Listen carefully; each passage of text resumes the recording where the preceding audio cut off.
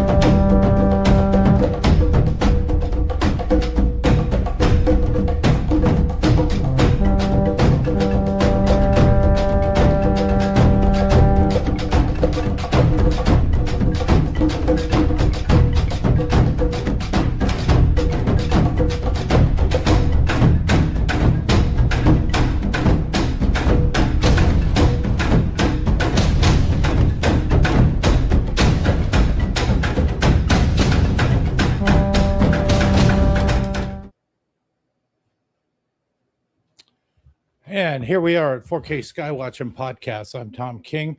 This is episode 48 of the 4K Skywatching Podcast. Welcome back. Happy Friday, everyone. We have Tim Seanor back tonight, and we're going to be talking about the Project Blue Book files. And then we're going to be talking about Disclosure Day. We have some interesting Sphere videos we're going to be playing too. Most of these are new. I think that you guys have seen these. Some of them I'm pretty sure you haven't seen before. So this will be a number of these Sphere videos. And all it takes is one, I guess. Or no, we're wrong. I thought all it took was one UFO to convince people. Maybe we need two.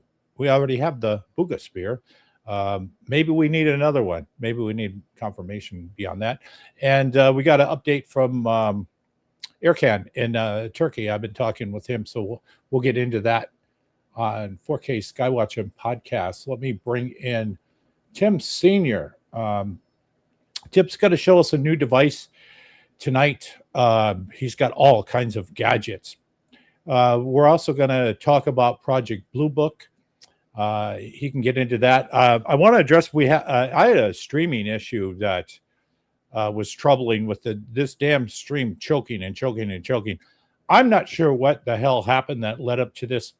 I did experiments with the system throughout the week, trying to replicate the problem. I ended up replicating it pretty easy. The streaming was choking on the CPU for some reason. Well, I know now, but it was just screaming at me at like 80%. When that happens, everything just tumbles under that. It just collapses. That means OBS is using 80%. That doesn't account Windows and the antivirus is using up the rest. So I got that figured out. I did some tests. I'm actually streaming now off the GPU. I was streaming before with high-end videos off the CPU, and that was the issue. So I'm running the sweet 6% now. It's probably going to go a little bit higher when we play some 4K videos later. So let's just hope everything's working good. Chat's working. Hey, how you guys doing? Good evening. As always, we're going to have some good video. Now, I can't guarantee anything about, I'm seeing a few drop frames on here. I can't guarantee anything about this stream. I got Cox communication. Their crap goes up and down. But I do have my CPU shit here in order. They did install fiber in my neighborhood. So at some point, I'm going to get fiber. Hopefully, it could happen anywhere from a week to 3 months. Then I'm going to have enough to run 20 4K upstreams off fiber and shouldn't have stream droppage and all this unnecessary bullshit. Next Friday is going to be the best of 4K Skywatching. It's going to be the best footage. So it's going to be last show of the year. It's going to be just nothing but a recap of the best footage throughout the year to play. So it's going to be a compilation of the best stuff. So if you missed any footage show throughout the year, this will show you just the best stuff of each category, from playing humanoids, spheres, boomerangs, hockey pucks, discs, eggs, red laser type stuff. So let's bring in Tim. Hopefully we don't have too many more airs tonight. How you doing, Tim, up there in Oregon? Tommy K, thanks for having me, buddy. Doing okay. Just staying dry. First day of dryness. It's been super, super stormy up here in the Pacific Northwest, but it's just part of it, part of what you get when you live up here. Had some strange stuff happening here at the homestead. I shared some videos around strange sounds coming from the skies, to be honest with you, Tom. I don't know what to make of it. I'm sharing it to all my friends that are in this topic. I don't know what to make of it. Weird stuff going on up here. Yeah, to give people a bit of a background, me and Tim were talking, and he was hearing some type of hum, and he recorded it, and it was a low type sound of a hum, so it can be difficult to record. And now he's like, oh, I should have got my recording device. But yeah, it's on the news that you guys are getting just tons and tons of rain. We don't really have problems with rain here. I have power tools sitting outside. And I'm talking DeWalt table saws, chop saws, drills. Expensive shit. And I don't even keep them covered up because it don't fucking rain here. I mean, we don't have nothing. I mean, when it does rain here, it's like it's the top story of the news. But the only thing I'm worried about is every now and then something comes in at night and it wasn't on the news and they didn't report it. And then I could get fucked. Then I could ruin all my table saws or my one. But yeah, I've seen, especially Washington, I guess, is getting hit. We could use all that rain down here. I've told people what we need is not an oil pipeline. We need a water pipeline that goes up from the Northwest. Canada, you guys got all that snow and water. Pipe that shit down here where we don't have water and we're stupid in the desert building houses. And we will grow solar or put solar on and ship that electricity up there so it can be a symbiotic relationship with water from the north, electricity from always coming from the south. I don't know why our country doesn't get its shit together and do that, because it would be almost free. We don't like free shit. Yeah, I remember growing up as a kid watching those Blue Book files on television. We were talking about that. Man, it was like, because we had a UFO encounter when we were out fishing. My family did. And that, I don't remember, I was 5 or 6 years old, something like that. And then later saw Star Wars soon afterwards. Around then we had these Blue Book things on TV, those, and I was just watching those. I remember watching that show and I was like, asking my parents, is this real? And they're like, yeah, I think so. Yep.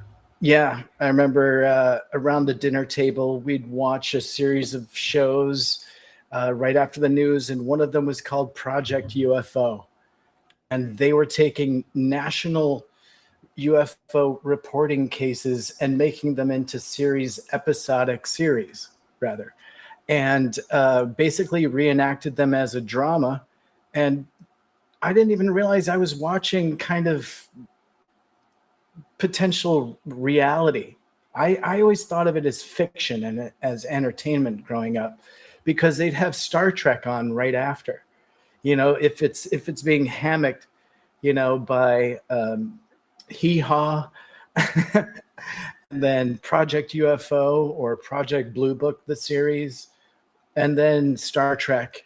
It's all considered science fiction, but a lot of these shows were based on reality, and we kind of figured that out later. So really interesting to find out. And speaking of Project Blue Book, that leads us really nicely into tonight's topic, Tom.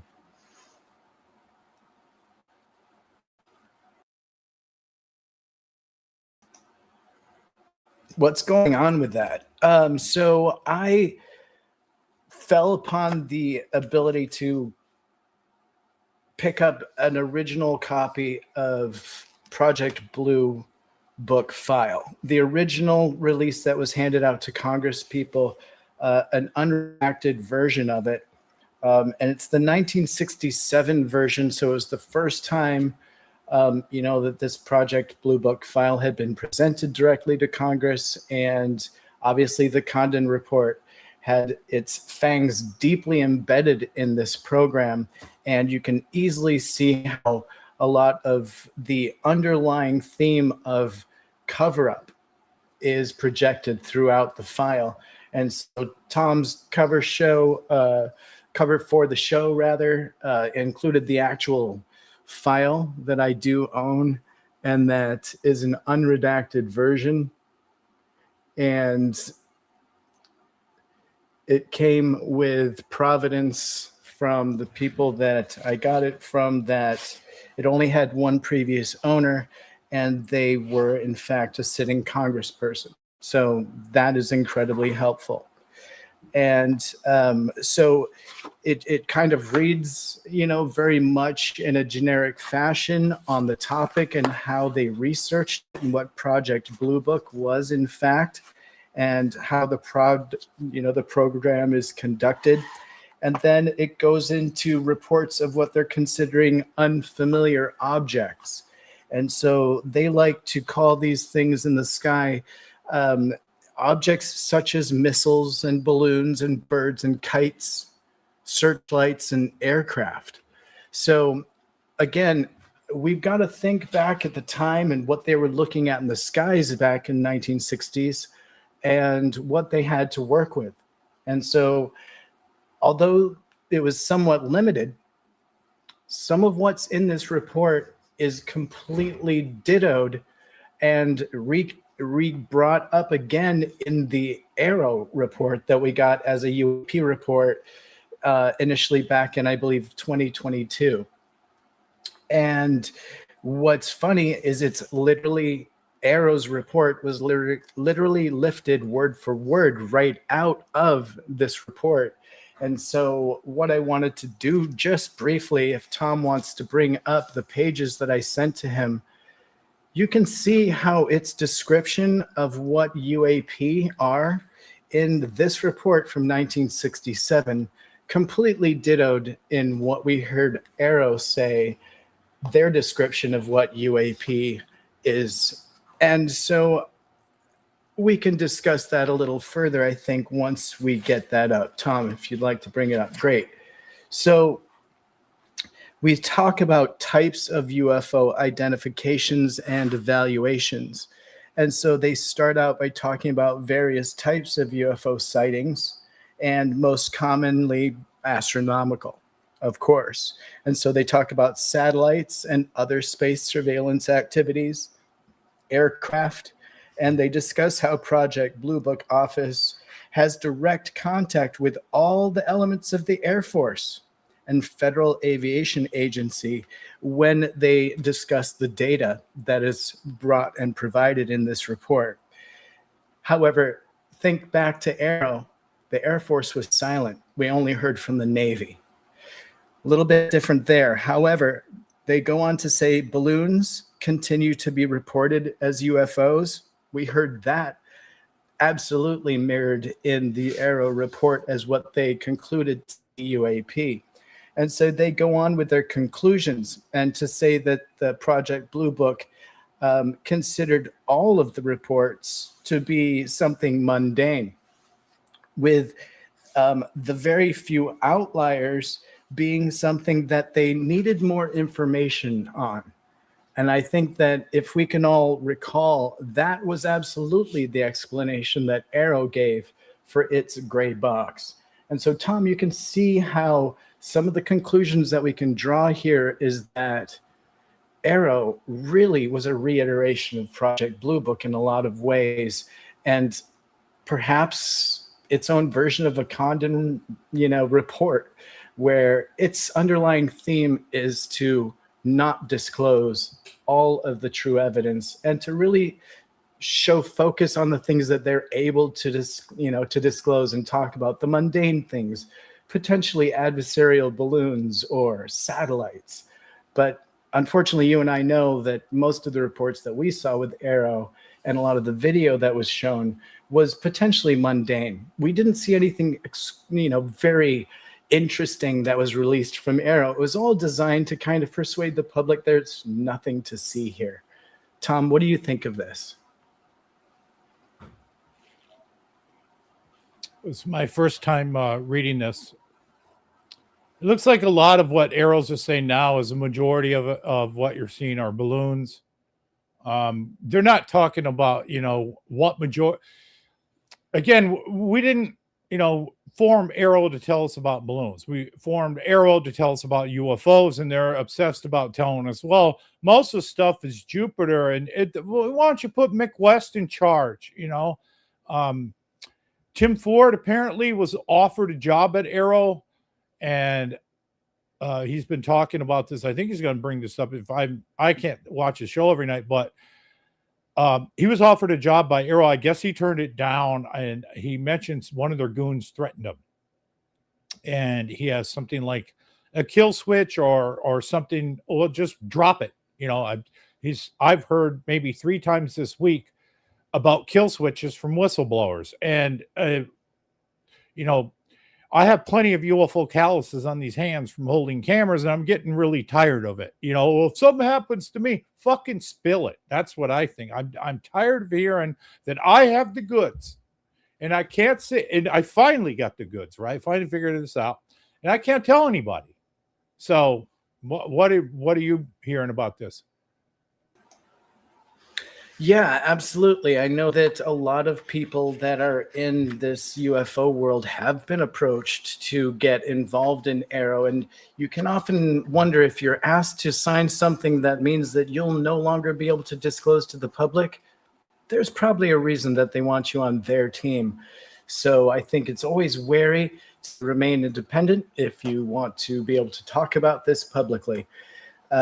Now, I'd like to swerve back to this report that we have in our hands here, or at least in my hands, and we're discussing some of the facts that are attempted to be disclosed here. We can think back to J. Allen Hynek and how he was the captain of Project Blue Book and his frustration with this initial report that was given to Congress, and that all of the truth was perhaps not shared. And so what we're given is a very whitewashed element that we can see reoccurring even now with our witnesses that are being forced to only report certain parts of their stories to Congress publicly. If there's anything of interest or any detail, it has to be disclosed in a skiff or somewhere behind closed doors, and it's hidden behind a classified label still. So there's still a lot of progress to be made, but we can see that the same old tricks from 1967 are being pushed at us again, even now. And perhaps Kirkpatrick is along the same lines as J. Allen Hynek, piloting such a whitewashed event. Yeah, I'm reading this, and they use this legalese word. The Air Force has no films or photographs that indicate our planet has been visited by extraterrestrial vehicles. And that's the wording, because extraterrestrial vehicles, because what they'll do is they'll say a lawyer wrote this stuff, and they'll say, we don't know it's an extraterrestrial vehicle from the Pleiades until we go to the Pleiades and we find out what their extraterrestrial vehicles look like. And then we can compare and go, yeah, I guess we do have films of a Pleiadian extraterrestrial vehicle. So he plays fucking word games. They don't say, well, we don't have any films of things that we suspect, can outdo us. So they always carefully say that. And scientifically, we don't know, but do they have debris? Do they have wreckage? They're still doing this word game to this day. And Arrow's putting out, balloons that are maybe it's go fast, maybe it's not. People want to see these triangular craft. They want to see the type. Where's the gun camera footage from March 13th, for example? Things like that. Absolutely. And thanks for covering this, Tom, because I think it really highlights the fact that we know that there's better evidence out there, and we wish that we'd be able to get access to it, and it's not being hidden behind disclosure, or under confidentiality. Well, yeah, it's pretty hard to get anything from the government that doesn't have black redactions over and over and over. Every name, every city, every shape, every size, every object, anything that's of fucking use, they black out of these paperworks. There was apparently an Epstein dump, at least of some stuff today. And, I don't look at 300,000 papers. I'm not looking at that shit. The highlights will be bubbled up in the media, but I wonder how much of that stuff is all redacted too, because the truth is definitely classified in this country as most. We'll never know. We'll never know. The same way we'll never get to see the unredacted version of the NASA images, that we know they have, that scientists have said exist and astronauts have seen in person. But you know what? We'll never get to see it. We're the public. It's need to know, and we don't need to know. And it's really obvious when you look at any of these files that Congress were looking through back in the 60s. We're seeing the same thing in Congress right now. The truth is being obfuscated by them, for them, to them, and for what purpose, we really don't know. I mean, we all have a right to know. It's the biggest question, presented to mankind. We all deserve to know that. Yeah, and by them not wanting or killing that UAP amendment that says that they have oversight is stupid, because they're just, by killing it, says we have no oversight. We didn't have any before. Apparently the programs, according to David Grush, are illegal, and they're piggybacked upon other programs where they get their funding, and they just say, well, I guess we just want to stay stupid. Let's vote to keep ourselves fucking stupid. I mean, they don't barely work anyway. That's why I've never really had much faith in these people. I mean, they work maybe 100 days a year. They're always on vacation. They're the most corrupt motherfuckers there are. They do insider trading. They start out like a new senator with a net worth of a couple 100,000. Within a few years, they're all millionaires. They don't give a fuck. Lockheed could write them a check and they reverse course immediately. So I don't know how we're going to get ourselves out of this mess. And for them to stare into the eyes of the PTSD-stricken witnesses that are courageous enough to come forward with their stories and do nothing shows the level of intent to the people in power. Because it's pretty obvious that these witnesses, not only are they courageous, but have a real story. Real events occurred. There's evidence out there that they're trying to lead people to, and it falls on deaf ears. What is happening? Nothing. There's no changes. And you can't just throw money at this. You need changes. We need a plan. We need to formulate a plan. Let's agree that there's something going on and come up with a plan. Like, we haven't even talked about, like, hey, if this is the case, what should we do? Let's have the next level of conversation. Even if you don't think that aliens are here or that they exist, that's fine. But let's do a hypothetical, because that's the point being argued. Well, when they tried to put in the UAP amendment, it's interesting, every part of that language where they said you had to give up control of any UAP material, right? So, okay, so who the hell slipped that language in there? Somebody, a lobbyist that wrote this, probably, of course, and they want this material. So it would come down to which of our billionaires would get it. There's like almost 7 people anymore that seem to run the media, the internet, all that. It's just a small club of these people, and they would end up with all this stuff. And we know Bigelow wanted it. Bigelow, from the papers we covered here 6 months ago, that leaked in around 2003 when they had the head of John Schuessler, head of MUFON on the payroll, bought in. They had all these type of whistleblowers on the payroll. They had their own facilities to collect this. So it would go to one of these type of billionaires.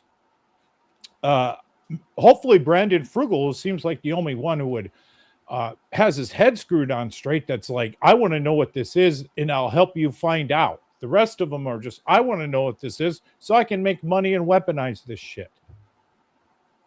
Yeah, unfortunately, there are legacy program position holders that are making sure that even those billion guys will never get a hint of this, right? It's on such a level that it's, yeah, maybe Lockheed has a little bit, and maybe Boeing has a little bit, and everyone has a little bit. No one has the whole thing. The only people that know it all are these very few people, perhaps 26, 27 people in the world that have the knowledge, that have the real power. I mean, you think about the oldest legacy names in our country, you'll probably start coming up with who's, on those levels. The people that are really controlling the country, that have been doing it for decades and decades, and they've been doing it very quietly. And so these are the people that control that information and that technology. Yes, we could solve a lot of health problems if this had been shown, a long time ago. We could have probably already been to Mars and back if we haven't secretly already done it. These are the things that have held us back, because, if we'd worked as a society on some of these big ideas, I think we would have reached some much bigger pinnacles than we're currently at, sitting at the end of 2025 here. Yeah, and if they did pass this amendment, I think they might have removed that part that said you had to turn over your hardware. Who the hell's going to admit that? It's just like the government doesn't admit that they have extraterrestrial proof and all that. They could do the same word salad language back and say, well, we don't have anything because we can't prove what we have. This egg, say, is extraterrestrial. To us, it's just an egg. We don't know if it was made by interterrestrial or ultra-terrestrial or interdimensional beings. So we don't have anything extra. So they would have to word that amendment as a catch-all. And I don't see like Lockheed going, fuck, you got us. We got 50 of these things in tilt-ups all over the Southwest. And then Boeing has a few. Then Raytheon's got a bunch of them in Tucson. And on and on and on. Weapon contractor after weapon contractor is just not going to just open the hangar and go, here, government, here, you can have the shit back because we didn't really get them anyway. You got them and gave them to us. So that way John Greenwald wouldn't know where this shit is. That's so true. And yeah, sorry to interrupt you. No, I totally agree with you. And I do feel like any form of disclosure is going to be catastrophic, and it's not going to be up to any one government or individual. And it definitely segues so beautifully into, I believe, perhaps the next part of our talk tonight about Disclosure Day and Spielberg. Oh, yep. Sorry to cut you off there, Tim. From Amblin Entertainment. And I'll tell you, coming in from Amblin Entertainment, the Disclosure Day trailer from Spielberg looks fantastic. And I know that was part of what you wanted to talk about tonight. Yeah, so this Disclosure Day trailer, I would imagine most of the people here have seen it. I've seen it a couple of times, and I got to tell you that I didn't like it the first time I saw it. It was the clicking noises put me off. That's a cliche. That clicking shit. These are not insects. They might look like insects, but they don't click like crickets. And it's kind of a Hollywood cliche, but I don't know. It's fucking Spielberg, man. We can't reach a higher bar director than this guy. This guy did E.T., did Close Encounters. This hopefully is going to live up to the hype. I don't know how the hell it could, but if anybody's going to do it, he's going to do it. Let's roll this. Interesting. Kind of looks like Emily Blunt is going to play a David Grush type of character. If I saw that right, that disclosure's in her hands and she alone is going to tell us. But you know what the audience is saying, right? You better bring some fucking proof. I don't want to hear aliens are real or Neil deGrasse Tyson says it. You better hold up some shit of verified, went to the other planet, came back, extraterrestrial stuff, so everyone can go, ooh, it's over with. Now we know. What do you think, Tim?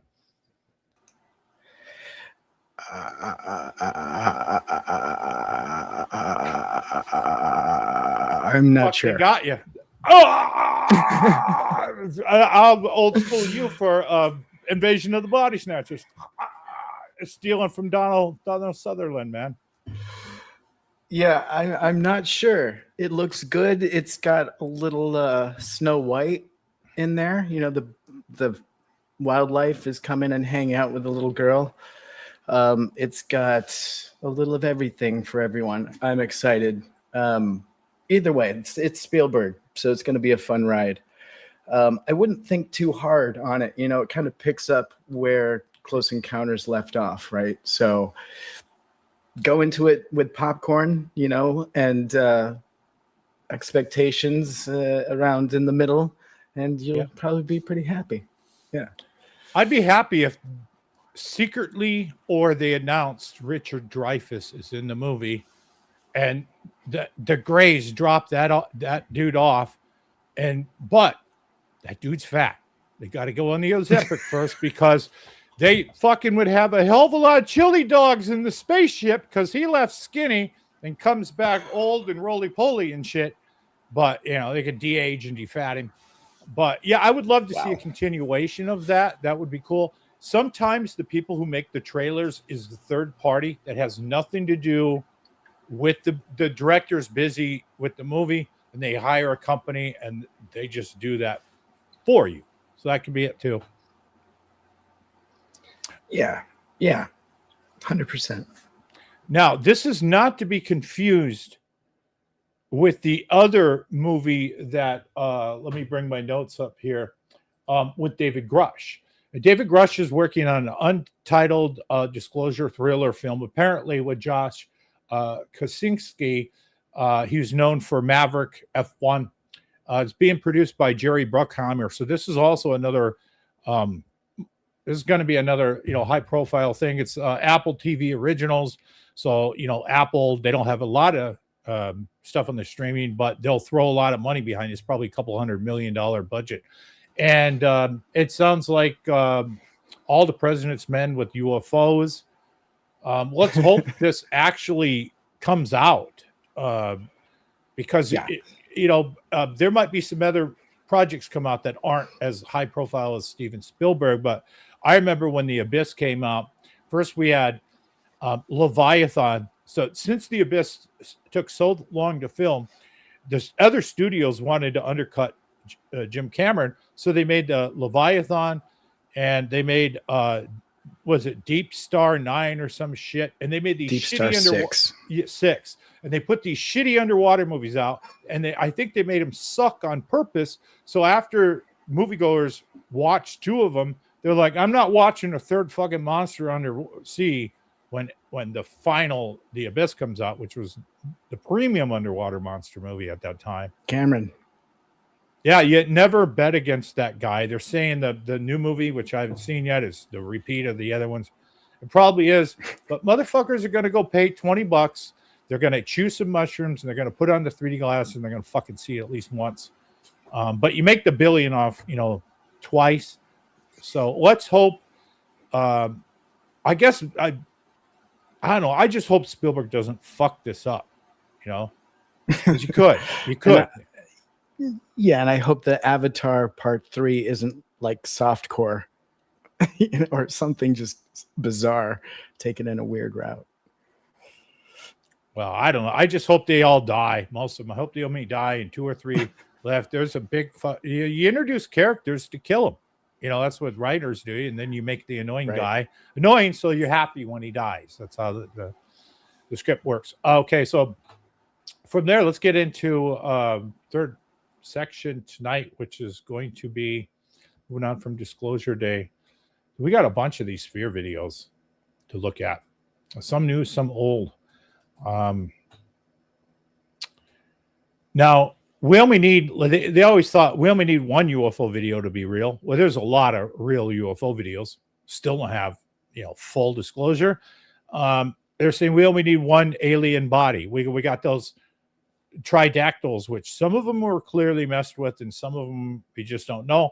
Then we have this recovered Buga Sphere type object. And I'm thinking now, from what I'm seeing, looking at all these different videos, these spheres might be catastrophic disclosure that we're looking for. I don't think catastrophic disclosure is going to come from anybody in the U.S. government walking out of a skiff or a facility with smoking guns, with materials, with videos or DNA or whatever that takes to break the UFO dam. I don't think it's going to come from China. I don't think it's going to come from UFO just crashes in a big city or another Phoenix Lights.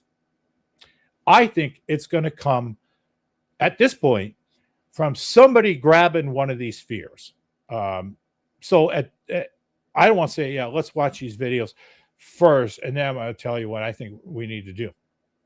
So first, let's look the Buga Sphere landing video. In case you have not seen the Buga Sphere landing video, let's take a look at this.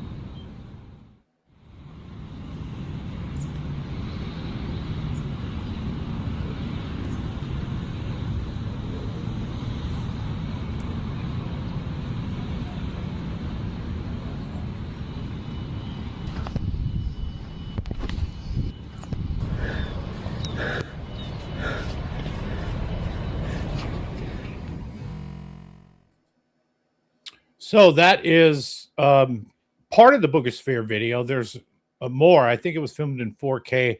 I was about to grab the entire video off the stream and it disappeared. I don't know why, but then there's other video where the guy goes and picks it up and what have you. So I don't know if that's real. I think this needs to happen again. Last time, and the stream is still effed up. I would complain to Cox. They can come out here and maybe fix it. But I'm dropping them as a service as soon as fucking possible. Tim, what? I don't know if you've seen that. Let's talk about that. I don't know if you've seen that clip before. What do you think?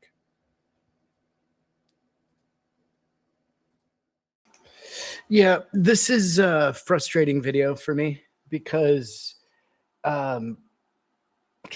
it's like either AI or it's real, right? There's, either real or fake at this point. And so I find it incredibly frustrating. It's like either literally the best sphere video we could possibly hope for or just a well-developed fake. And either is possible. And so I haven't, done the math on it. I haven't used any software on it. No one I know has done a proper breakdown, just highly skeptical debunkers so far that I'm aware of. So I need someone with an even mind to go into this and approach it openly and see if there's any truth to it. I'm very much with a foot in both worlds on like whether this is real or not, to be completely honest. And that's why I find it just so frustrating, because it's like if you were to be like, hey, Tim, you're a filmmaker, I would love to see your best sphere video, have at it. Just, I don't care how you make it, just make me one. It would be something like this in a place where it's not somewhere super familiar to Americans, where this is mostly being released.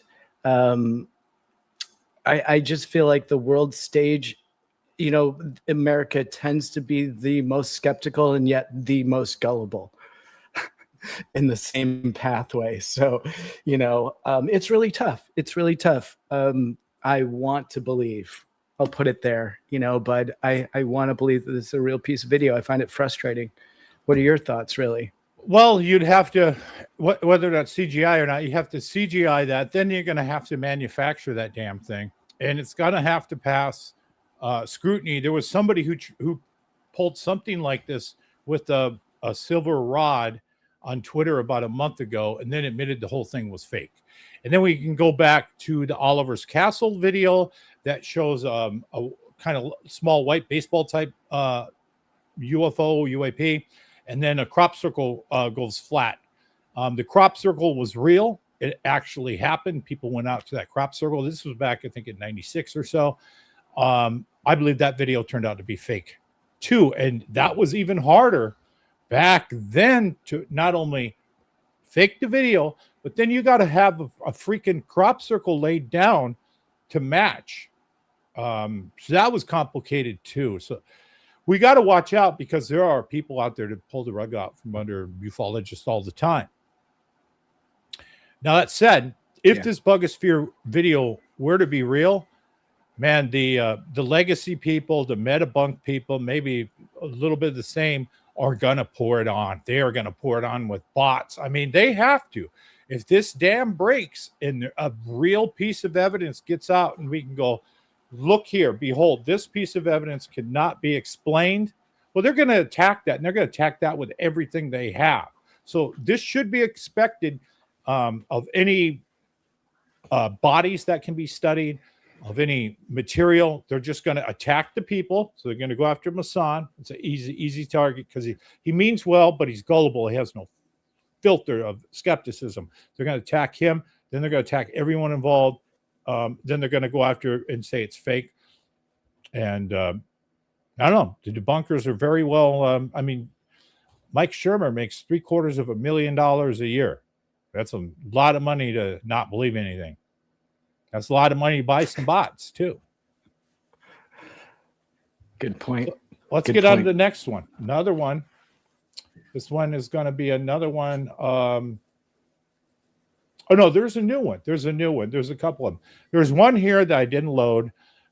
There was some guy in Colombia who was doing a freaking video for TikTok, and in the background there's a sphere flying around in the trees. It was a quick one.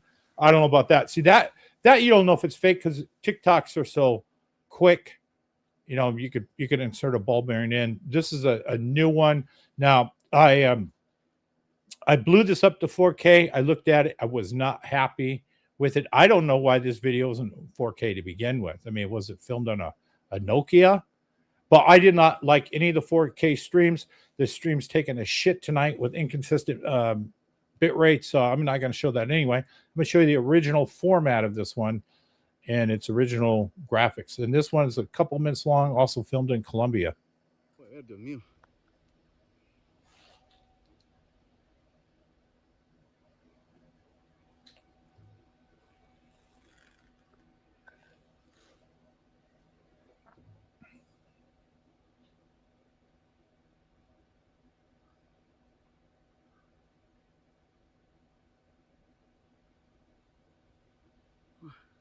¿Eso qué es, Dios mío bendito?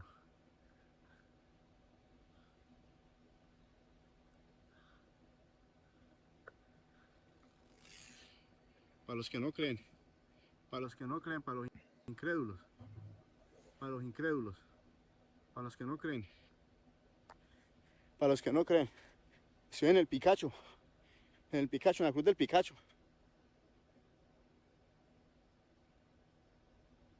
Le está dando vuelta a esa cruz. Le hago como vuelta a esa cruz.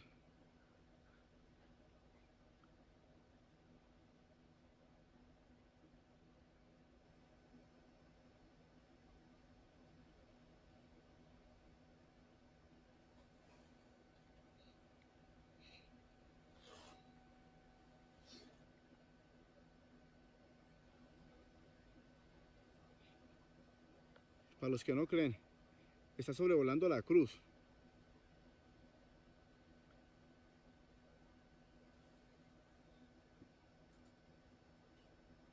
Está sobrevolando la cruz. Para los que no creen. Para los que no creen.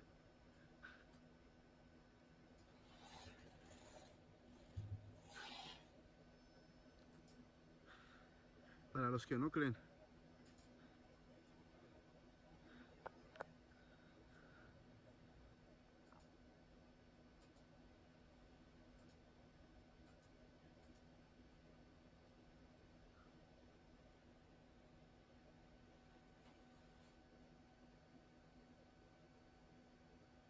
Dios mío. Dios mío, hace si no sobrevolar la cruz. Ya casi estoy llegando. Para los que no creen. ¿Ven mi ya es fuerte o qué?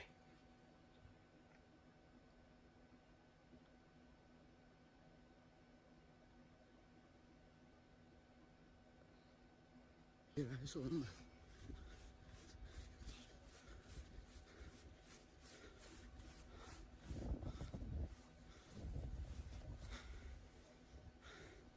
¿Dónde está? No la veo. Ella me metió acá me metió. No la veo.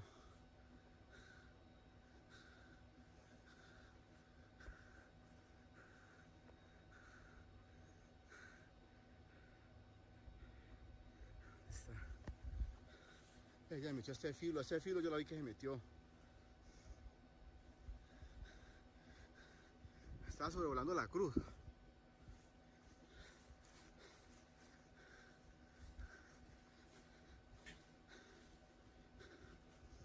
¿Qué se hizo? No la veo.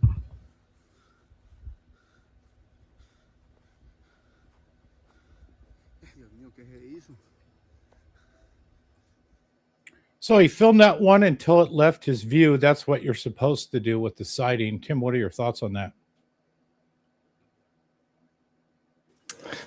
Oh, so I got this friend in Argentina. His name's Felipe. I bet I could have him go out and get me just some footage, and I could probably track something into it like this in an afternoon. You know what I mean? Like, there's too many moving parts in this. I love to hate it, but I hate to love it. Yeah, I couldn't. I don't know how to. I can stabilize videos that are shot, but to put shit in, I have no experience or even really want to learn how to do that. You know, I don't. I do editing. I don't do video production on that level. I don't know. It's either real or it's fake. It's either one. It moved around differently. It wasn't a balloon. It didn't fly like one. So I don't think it was. Then the everything's thrown at the wall with these. It's a drone pulling a balloon or pulling something. Well, then it would swing when the drone stops. So I'm either on that one CGI or bullshit. Each one has to be looked at differently because some of them could be balloons depending on where they're shot. The ones though that are coming out of Colombia are flying in various directions, up and down, like we saw with the hang gliders last time, right? So at this point, it's getting to the point where I would grab the damn thing if possible, and including opening fire with anything that you have at your disposal. Now, this isn't shooting at lights in the sky. If you see a ball bearing flying around, it's within 100 feet. Use your own best judgment. But if that's me, and I'm just happen to walk around with some coffee, I'm getting some Folgers. I got some bananas and shit, the AK-47, and one of these goes flying around, I'm opening fire on the son of a bitch. I don't know. I'm saying at this point, and look at how much they're worth. The intelligence community would, according to the UIP Act, which didn't pass, they can't confiscate it, right? Can't confiscate outside U.S. jurisdiction. This would be worth a fortune to a billionaire. I think you would have a bidding war on this. I think they could do that with the Buga Sphere, but nobody believes it.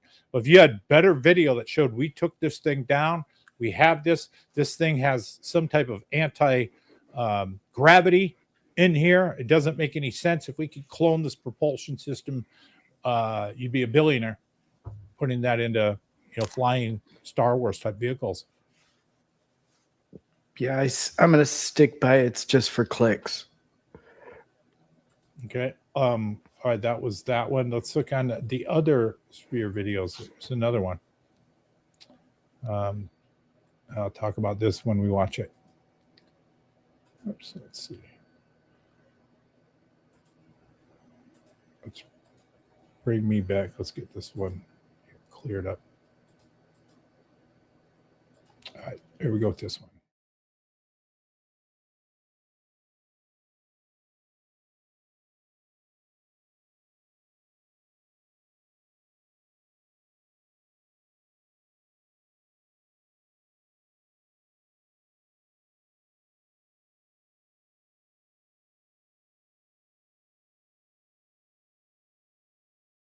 That's another one, I believe, from Colombia 2025. That one was crisp. Could have been a balloon moving. They all are about the same size. They look about the same. One of the issues is which is the most, do we have credible videos? And the answer is not really no. I mean, I judge these things on, did you come out with your face and your name? Point. Original audio? Point. Do you have any, other people that saw it? Did you see it with your naked eye? And come up with a score system on these. Now, so far, the closest thing I've seen is this guy calls himself Ranger H on Twitter. And he has a lot of these things. They're on UFO Battler, one of the top UFO videos on that website. He's the closest thing. And then the people from Colombia, right, that are on the record. A lot of these other videos, we could make a spreadsheet, but these are just like Sean Kirkpatrick said with Arrow, the spheres are the most proficient UFO in the spectrum of all the shapes. They make up about 75% of the sightings. What do you think on that one? Oh, I agree with that. I think they're misidentified very often. And a sphere is the most natural shape for things to take in space or in the air. So if it's a balloon or something weird or plasma, it's going to take on that shape. And I think plasma balls and, fireballs and,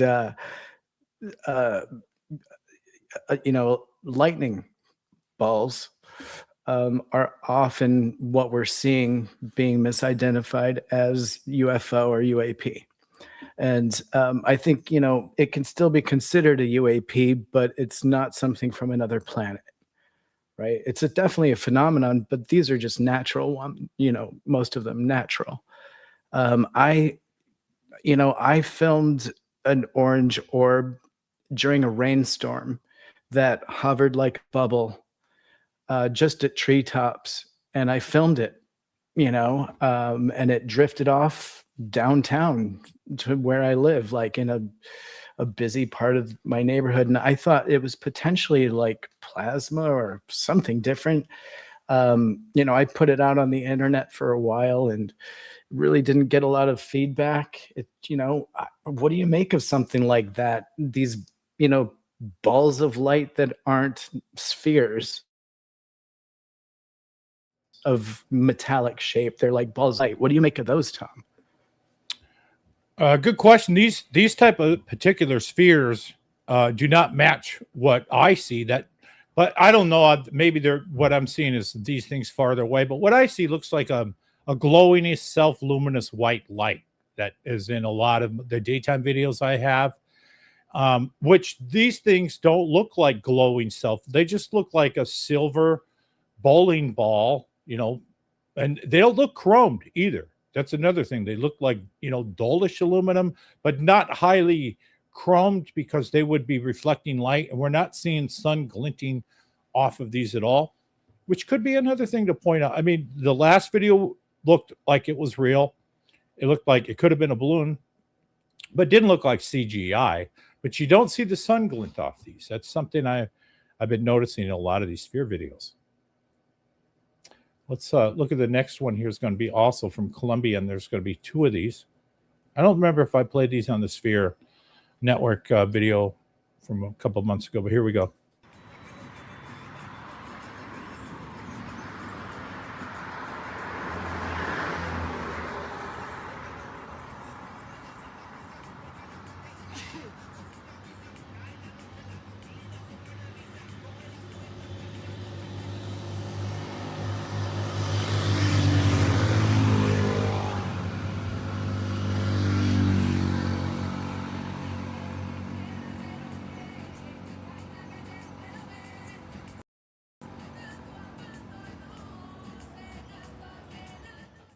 That's another one from Colombia, and that was 2 of them.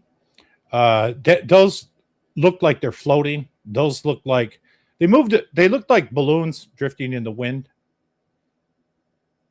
but they kind of moved a little bit around each other. And a lot of the other weird Buga or Colombia type videos, you see them moving where you can tell it's not a balloon. So it's if this is a mix, you know, it'd be hard to believe what they're faking with CGI, with drones and balloons, but there is just a huge majority of these all come from Colombia, but not all of them. What do you think of that one, Tim? Yeah, it's so hard to tell from that video exactly. I don't have a strong opinion on that one. I'd need more information. Yeah.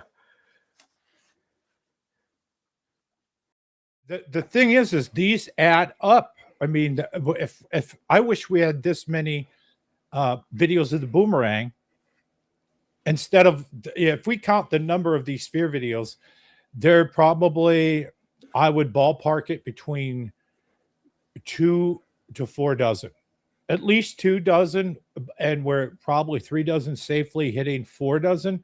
If we looked at the boomerang videos, I think we had maybe have 12 in the whole existence of fucking film and video and HD and phones. So, and they're seeing a lot more. I mean, I was looking at the National UFO Reporting Center has a couple of sightings of triangle. Another one that has an illustration of the classic Phoenix Lights boomerang. But the rarity of video is it's rare. I don't know. It just seems maybe people freak out and go, "That's so big, that's a spaceship." I don't know. But there's another one. Okay, let's go on to the next one here. Okay, so this came out of Manchester, UK, about a year ago. This was filmed by a pilot. So this one I don't think was CGI, or this is an actual photograph here.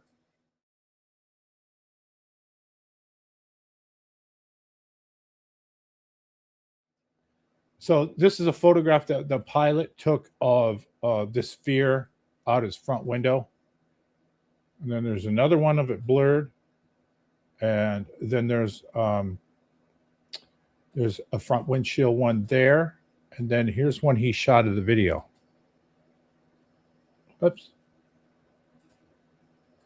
Hold on. I got to get my background straightened out here. I got too many goddamn backgrounds. Here we go. Let's play this one. This is the pilot sphere video. And the debunkers, what did the debunkers want to do with this? They wanted him arrested.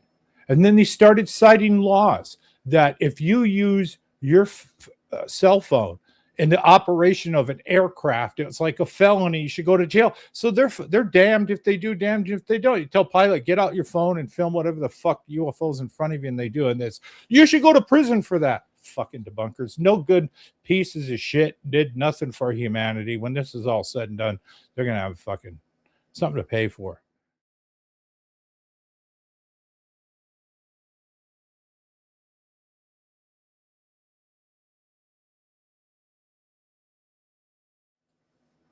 So apparently, this one, I don't think CGI. Apparently, a pilot sees this UFO above him, lands. It's this blue, weird looking ball thing. It's about yay big. And he takes a pretty damn good photograph. This was during the 2024 drone type of thing when all kind of hell was breaking loose. You remember that, Tim? I do. I was excited about this report when it came out, but boy, it took such a beating out there in the public. I don't even know what to think anymore. Of this drone thing? Well, I do remember a few years ago. Yeah, go ahead. Sorry. The drone flap was weird. No, I'm sorry. Go ahead. Well, a few years ago, this for the people in the UK, I'm sure they're going to remember this. There was a issue with drones before the 2024 drone flap. Okay, there was an issue where there were drones flying over one of the UK airports, and I don't know the geography very well. And this airport got shut down multiple times, and there were pictures of the drone, right? Then they said, we're done fucking around. We're bringing in the Israelis. And when you bring in the Israelis, then you're done playing. Okay, so they brought in these Israelis. They put these cameras on the airport to film these drones, and I was just drooling over them. Huge thermal cameras with just big images and dual optic multi-spectrum cameras. They brought in drone jammers. Hundreds of thousands of people were affected on these flights. They arrested a couple, a man and a woman, and they charged them with offenses with this airport.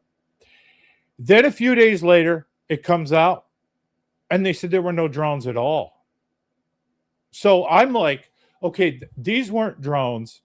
These were probably UAP messing with the airport, but they didn't want to say UFOs are shutting the airport down because that would look crazy. So they use UAS or UAP. And then I think about a week ago, Paulina Luna comes out and says the U.S. government uses UAP, UAS, and UFO interchangeably. And if they say UAP, it triggers an arrow report. If they say UAS, may not. Word games. You remember that at all, where they arrested a couple and the airport shut down in the UK? People in Peppermint Farms remembers. I don't. Okay, that was before the 2024. Actually. Yeah. Yeah, if you look that up, and yeah, it was shut down. This was going on for days. This was not just a one-time thing where they messed with it one night. This was like a repeated thing. And back then, I got my drone after a Wahoo trip, and about 2015, 2016. So I was paying attention to what was going on with drones around the time. Maybe it was 2019 when this happened. I'm trying to remember, but they were looking for a reason to pass drone legislation to make drones illegal. I swear, the U.S. government is hoping a DJI drone gets sucked into a engine of an aircraft, because we're all expendable to them, right? And this aircraft crashes into a city, so then they could use that as the excuse to outlaw all toy and hobby drones. Any person that was messing with drones and on like drone forums and reading about how to keep all these legal could see that coming. I mean, they're looking for the tragedy to say, there's the excuse. These fuckers, one guy did it, never again, getting rid of hobbyist drones. So the thing in the UK, when that happened, I thought, okay, they're waiting for an idiot to fly a drone into a UK airport and then say, okay, now the rest of you, we can't take chances. We're taking these things away from you. Just the government can have them. Now drones are everywhere in war. Okay, so that's another one that was from the pilot, but I don't think that was fake. I don't know what happened there. Let's see this. I don't think we looked at this Russian one. Look at this. I think this Russian airport. You got about one or two more here.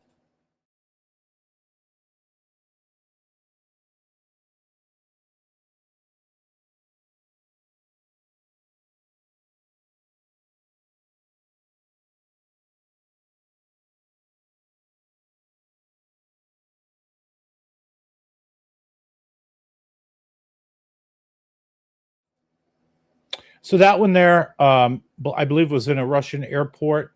It was filmed through a window of something going by, just another ball bearing. That one looked a little more polished than the Buga Sphere, because the Buga Sphere is like a spoon color. Tim, what do you think of that? It's got one more after that. But they're all if they're It's all tough. CGI, Tim, then they're all fucking in on it. The Russians, the people in China. I mean, they're all tough. At some point, no, I mean, I hate being a hater. I'm always just I'm right down the middle on stuff unless I have like more information. Like it's shot through glass. That's really tough. Like yes, you can get still frames out of it that look pretty good, but Right. that does not convince me. I'm so hard even on my own footage. You got to know, I'm super hard on it. So this is a tough one. I love it. I hate it. It's yeah. What's gonna happen with all of us is there's so many videos now of this type of stuff around, and there's pictures of aliens and grays floating around. We will have seen the real thing, and we just don't really know which one got slipped into a whole blizzard of bullshit put out there, and then you're like trying to go, well, knowing everything I know, which one is real. So there's probably one of these sphere videos are real. I mean, for people who've seen them themselves with their own eye, and I know eyewitnesses have seen this, and they're telling me, dude, I saw exactly what you see in these Buga Sphere videos, but they didn't have a phone or they can't prove it, and they would just be another one of the avalanche. So if we look at 2025, we're probably thinking 10 videos of these type of spheres, at least 10. And 2026, probably 10 more. Let's go to this last one. Now, this last one I give you is and this one might fuck the whole thing up because this one is a 4K video. So hopefully this goddamn Charlie Brown stream we're running on tonight can handle this. But this thing's right outside people's window, and this is our Russian Skywatcher with the Dicenium glass that's still filming this stuff. So let's check this out. Couple minutes long, very interesting video if it's real. And I want you to, when you watch it, as it fucking video stutters, look for shadows. Pay attention. Is this a chrome, a ball bearing, or a dull one? Are there shadows, reflections? Is it? Let's check it out. Ничего. Осень наступила. Холодно стало. Опять ничего интересного. Фотошопчики сплошные, блядь. Оп, оп. И над этим домом уже снимал. Помните, такое видео было, здесь какая-то херня прилетала.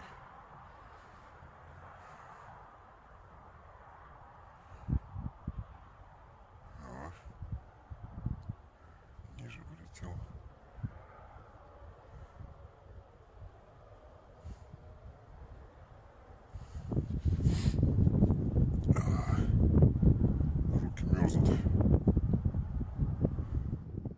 A little bit of his video is choppy, so some of the imperfections tell me maybe his video is a bit real because his original video has some video stuttering.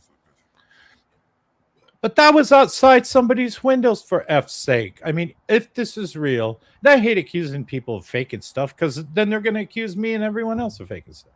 There's another one of these Dicenium glass. You can only see it with the glass. But the other videos, people are shooting without the glass. This guy's been shooting sphere videos before the Buga Sphere event happened. So this guy's videos online predate it. He's never mentioned the Buga Sphere in any of his videos. The commenters of this are always asking about that Dicenium glass. I reached out to this guy, the filmer. I emailed him in Russian. I didn't hear anything back. Tim, what do you think? I mean, I absolutely love this as a concept. I want to test this as a concept. You and I have discussed working with this glass, and I'll tell you, this kind of feels legit, in some ways. The way he did this feels pretty legit. And a lot of the, the sphere videos that we look at are definitely possible. I've taken witness details and accounts and seen videos. I have a personal friend that actually has a great, really long sphere video that he swears up and down was a real event. And, the video is good. I definitely think there's something to it. I have no idea how to relate what's taking place with what appears to be spheres. And I'm wondering if this is something that has always been taking place or if there's an accelerated rate of this type of report, over the past 20 years. Historically, I mean, we've no idea really, because what, they've been disregarded or not noticed potentially. Because this one, even this going by these buildings, appears to be pretty stealthy if we're taking this at face value. And it definitely seems to have an intent. It's not random. It's pretty crazy stuff. I don't know what to really think on this. I love using, the Dicidian glass. I think that's a huge move to imagine that there's something only visible through a certain visible wavelength. We already know is a fact. So this is interesting. Let's just spend a minute hypothesizing that this is real. All right. And this one, to tell you the truth, we better hope it's not. Because if that's real, if what we are watching is real, and any of that guy in Russia, his videos are real, and you got this, dicinium glass, okay, that thing could be sitting outside, or let's say it was. That was sitting outside people's windows, and it was invisible because it was cloaked in the electromagnetic spectrum. But somehow dicinium glass was able to see into that and to see this, right? So that could mean they're in your house right now. And so far in this guy's videos, I haven't seen it hit anything yet. Like, does it go through what? If these videos are real, are they going through physical material? Are they going through buildings, right? So these things could be in your room. It could be watching you, just like how everyone's grandma's watching people watch porn, right? So now, not only do you have to worry about your grandmas sitting in the room while you're watching porn, the fucking UFOs and the aliens in that room too. That's crazy. I'm just saying, if that's real and you need dicinium glass to see that, then that UFO's looking through the window watching all those Russians watch porn or whatnot, whatever the Russians are doing. And that's porn's pretty popular on the internet. But yeah, that's scary. They better hope that is not goddamn real. And you need dicinium glass. I bought some off the internet. Could have been fake. So Tim, that leads us, into your devices. And that's the end of the Sphere video, a breakdown, but all over the world, mostly from Colombia. And I just started thinking about, some of them are shiny. That was a dull one. Okay. The pilot filmed, that blue one was kind of a dull one. So interesting. It all it takes is one to be real. And at the rate we're going, we might have one that's so fucking real, you just can't say, hey, the spheres are a thing. Yeah. I mean, if I'm going to meet one up close and personal, or if I ever manage to take one down, you'll be the first one to know. And honestly, part of what I do when I go out in the field is I make sure what I'm looking at in front of me isn't a drone. And it would be great if, the people that are shooting these videos had what I have in this case. Because inside here, Tom, if you'll bear with me, is a device that looks like a little handheld radio and comes with an antenna. And when you turn the device on,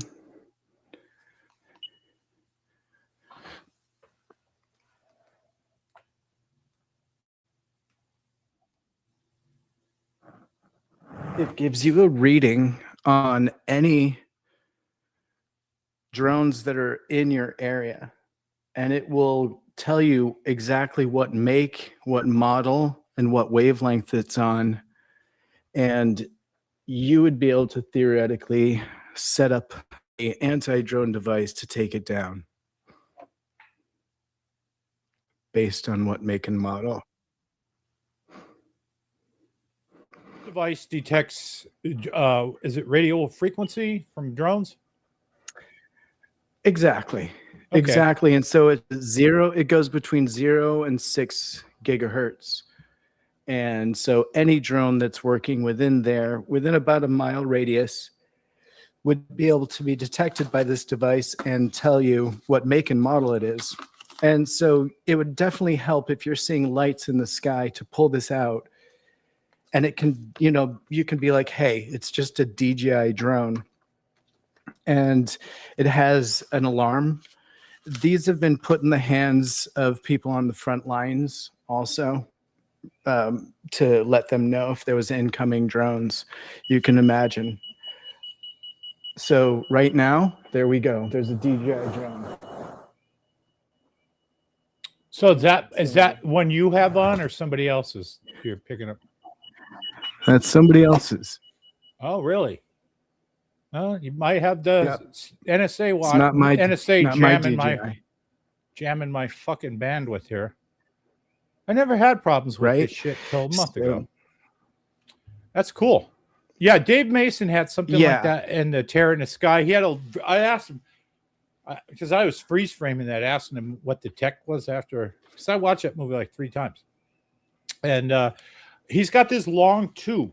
And that long tube, I think he aims at a drone that would give him like the frequency or something like that. He's got so many inventions. He's got a light to sound invention. He's got binoculars that do light to sound. He's got a PVS-7 that converts light to sound. Nobody has a PVS-7 that does light to sound. Dave Mason does. And then he's got one that does sound back, which is cool because in a conversation with him, we were talking about, well, if there's any way to communicate with aliens, it's probably him, because he can take the light that they're seeing, get the sound, and send it back to them. So if they are aliens, we think, or people from the future, they should have picked this up because we're the past, right? But yeah, he's got so many goddamn inventions. It's just crazy. Let me wrap up the last one, and then we'll get to your sound thing. Okay. All right. So, sorry, I fucking cut your sound off. Let's get to this Turkey update. I've been conversing back and forth with Turkish Skywatcher Erkan Samili, if I got his name right, which I probably didn't. He has taken notice that he has broken through outside of the country, Turkey. He's got a pretty popular channel over there. He's got 10,000 subscribers, which in Turkey, they have new tech and old tech and ancient stuff. And a lot of people there, in certain parts of the country, they don't even have like internet. They don't even have computers. They just have like simple houses with, some furniture in it. No internet, maybe a television, but for have 10,000 subscribers in Turkey, that could be, and I don't know, maybe it's other people, but since you probably have to speak the language if you want to keep up with them, that could be almost all the goddamn people in Turkey. Who knows? So for all the Turkish people that are watching, welcome. The 4K Skywatching podcast. I know a whole bunch came over to the channel because of it. So he took the 2-hour-long Turkish show I did a few episodes back, edited a 5-minute video of that, and he uploaded that to his channel. So I've been talking back and forth with him, exchanging ideas. If you have any questions for Erkan, leave them in the chat if you're here live. If you're not here live and you're watching on the playback, leave them in the comments. We will convert it to Turkish. We'll ask him and we'll get your answers coming up. Now, I've been working and looking around to try and figure out, is there a way to talk with him live? Like I would talk here, he would hear Turkish through his earphones, he would talk, and it would come back. The problem is with the two-way communication, the audience mainly here is all speaking English. There's some apps that do this. There are a couple of apps that do this. So now with AI, there's some instant language conversion shit, total Star Trek type of stuff. I might just do a Zoom call with him and then do closed captions after that, edit that down, and then play that back. But we're both doing sky watching. He pays attention to the same type of stuff we're seeing, these red lasers that shoot around. flying humanoids. He's filming Sony night shot with infrared on to detect them in the daytime. He's using psionics cameras. He has his own UFO calling beacon, or dog whistle, if you will. So this guy is doing a great damn job over in Turkey. He's holding it down. He doesn't speak English, unfortunately, but we can move past that and exchange information anyway. That's one of the main purposes of this show, is to reach out to other Skywatchers, see what you're doing, and we'll trade information of what these things are, what good Skywatching best practices are, things you can do, and to make the most of our time when we're Skywatching. Let me bring up one thing here. He has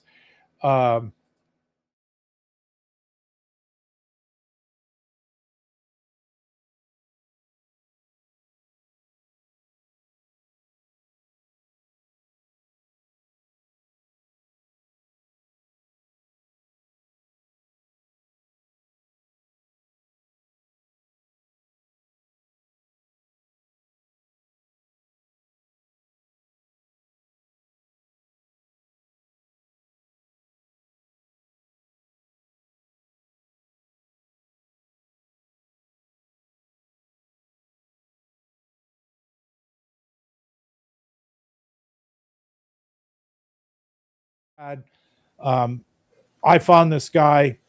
He's doing killer Skywatching. We're going to get him on the show.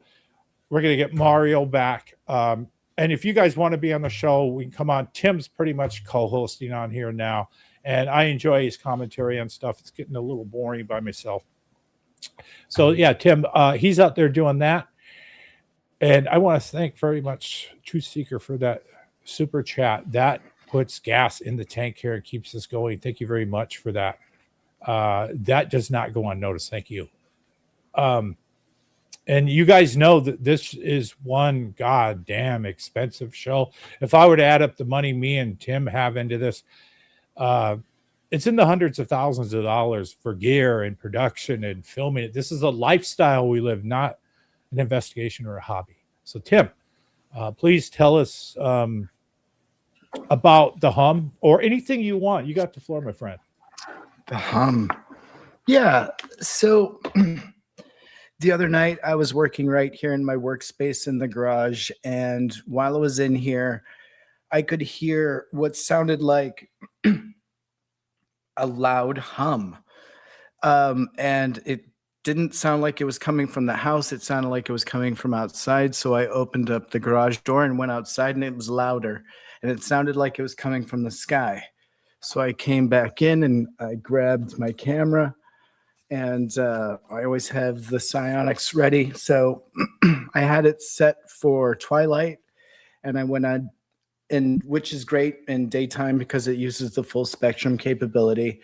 I went out and start recording the skies, and I was able to capture the sound. But in retrospect, what I should have done is used a tool that I haven't actually broken out of the box yet, but it is a highly specified tool to record sound. And it actually has an onboard micro SD chip available right here. And the device has a scope on it, so you can look through it and record sound with a high definition microphone. And I should have gone outside and recorded with this. Unfortunately, I didn't think in the moment, and I used psionics. And I'm able to hear the hum when Tom goes ahead and plays the video, and I'm able to hear the hum when I play the video here. It's very low. It's not pulsating, but I have no idea why it was there. I've never heard it before. It lasted about 23 to 30 minutes, somewhere in that 20 to 30 minutes, and then just gone. That was it. So there's a portion of the video that I recorded where I'm close to my house, and it kind of amplified the sound being near a wall, but there's nothing like energetic going on in my house there. there was no explanation for this sound, and it definitely seems like it was emanating from the sky, which also was kind of a new one for me. So I don't know what to make of it. I'd never heard it before. I'm not associating with anything specific. It was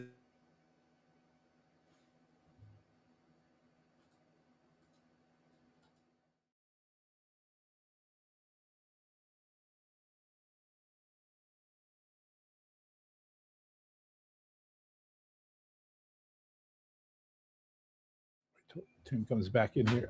You could isolate some of this stuff. If you have the room, you could download DaVinci Resolve. Now, if you probably have, I know you have to buy the other version, which I have, which is the full unlicensed one, but it has an AI suite in there that lets you do voice isolation and sound isolation, and you can tweak that.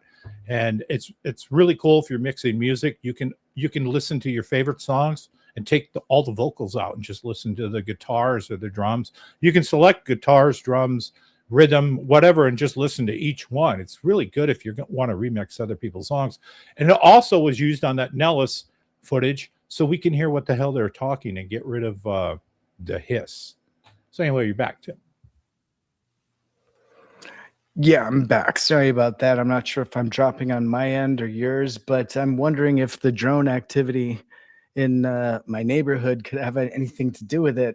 Definitely detecting drones manufactured by DJI locally, and I don't know why that would be taking place. Tonight it's 6:30 here on Oregon time. I'm living in the suburbs. DJI drones, sure, within a mile. It's wild. It's wild stuff. Anyways, yeah.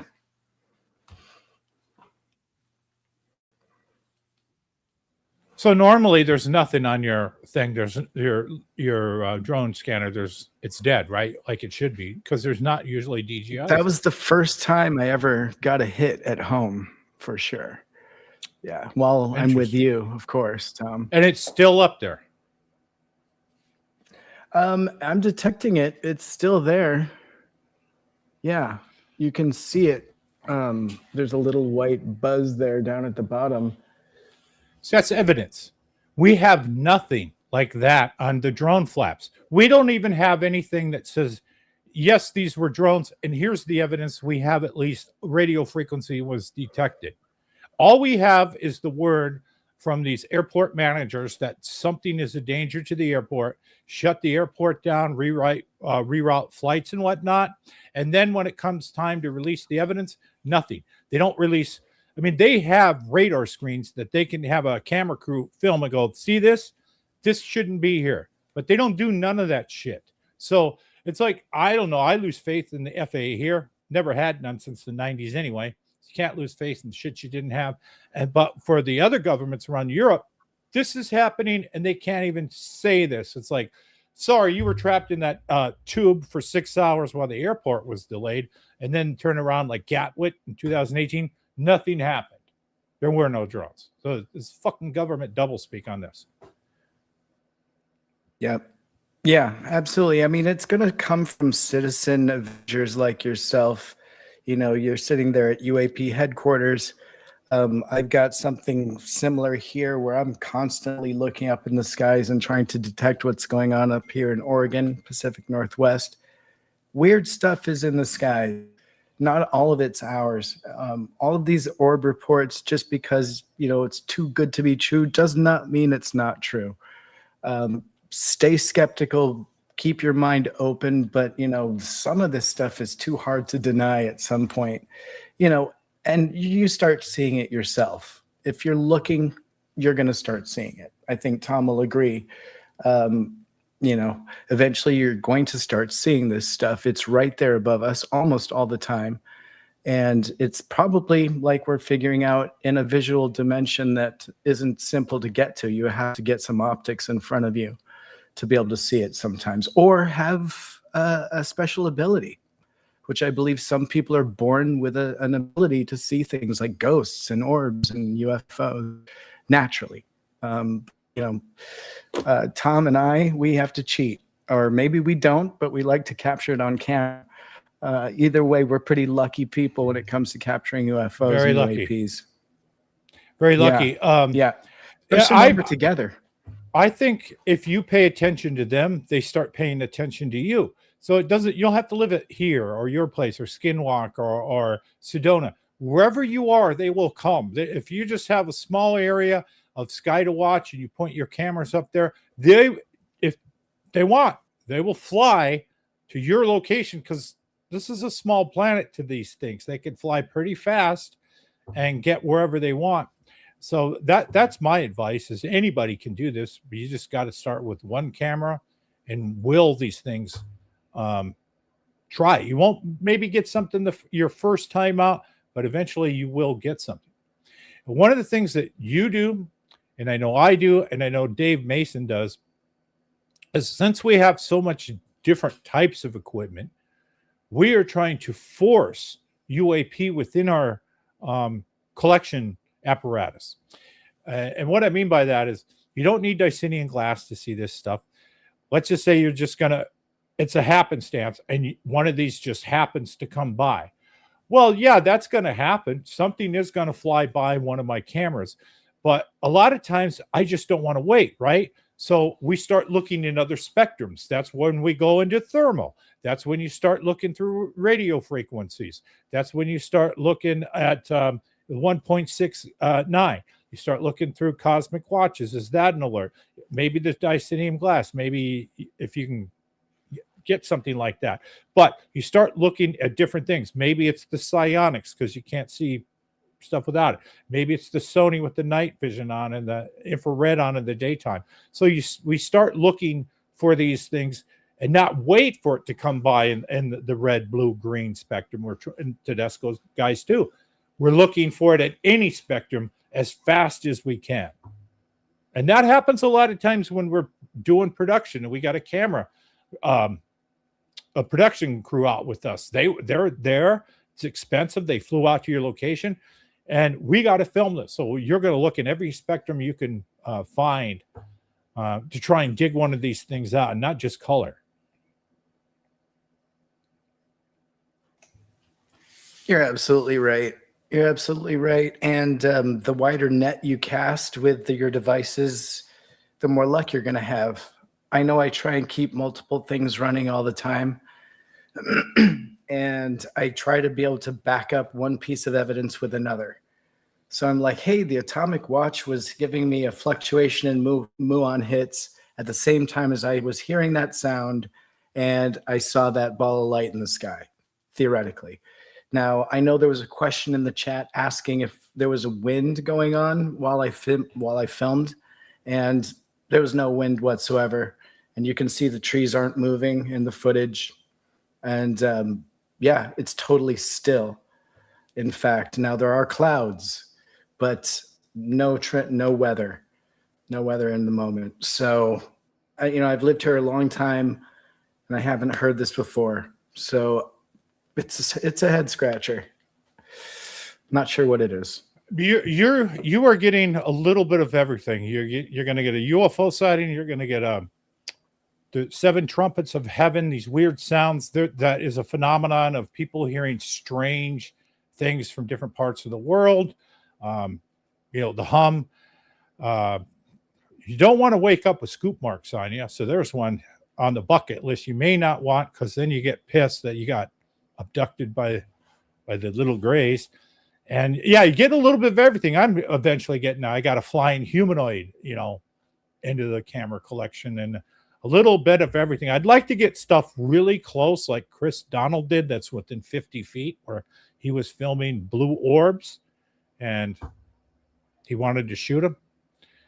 But I don't think Chris is going to be shooting anymore.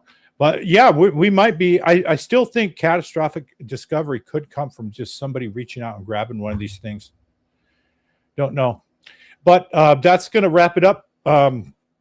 We got Christmas around the corner. I'm going to have the next Friday show is going to be the best of 4K Skywatching. It's going to be a review of the best footage from the past almost 50 podcasts. And then there will be a live stream on New Year's Eve. So New Year's Eve, I'm going to be running the the camera all the way up on the pole, have a bunch of pole cameras going off. There's going to be drunk people shooting off fireworks, drones flying around. Dan, True Seeker, or AZ Motherload might be running a camera from North Phoenix too. And I don't know if you're going to run anything, Tim. But yeah, you guys are welcome just to pop in as you're celebrating. I don't drink, so I'm going to be drinking coffee throughout the night. You guys can get fucked up. Tune in the channel, say hi. Tim, if you want to pop in, you know the routine to get on the show now. So yeah, and I know you don't drink either. I don't, but I will have my garage open, and I will have this open, and we'll be blowing fireworks off right here, so you can see me potentially light myself on fire in real time. Cool. What we used to do is shoot fireworks at each other. Got bored just shooting them up in the air, and we're like, I bet you I could aim this bottle rocket and hit my brother. And I actually have video of that. I shouldn't say this because then I got to fucking go dig it out. I got a video of me, and I shot a bottle rocket, and it blew up, and it hit him in the balls. And in the background, there's UAP going up and down. I'm not bullshitting you. There's UAP going up and down. My parents are getting drunk. My dad passed out. He fell asleep. We put a bottle rocket between his balls and shot that up in the air when he was passed out. Did a lot of just stupid shit. Then we started shooting Roman candles at each other, and that's always fun. We went out to Roswell and bought some fireworks, and we started shooting bottle rockets at each other, and the field started on fire. I'm like, oh shit, we're going to burn down the crash site. So we stomped that field out and then moved because it's, I don't recommend doing it because I legally have to say that. But the person who doesn't legally have to say that will say, have fun shooting bottle rockets at each other. It's a blast. Thank you, God. Only Tommy K. Thank you so much. God damn, that's excellent. I appreciate the support. So yeah, that's going to wrap it up. Merry Christmas, everybody. I hope everybody has a safe holiday. I hope UAPs are in your 2026 if they weren't in your 2025. I appreciate all the people that are watching, the regulars, and the channel supporters, True Seeker, Marcellus, and here, God, AZ Motherload was in here, Emilio, Peggy and Steve. I don't know if I've seen you around the internet, so welcome to the channel. And just a quick wrap up. All right, cool. And sorry about the stream. There's nothing I can do. The CPU has never went over 20%, which fucked this up. This is on Cox Communication, cannot keep an upstream worth a damn. And as soon as I can get the hell off of them, I'm leaving. All right, let's wrap this up. Thank you guys for super chat. I'm Tom King. This is my friend Tim Senior. And I'm Tim Seanor. And we'll see you guys on the next episode of 4K Skywatching.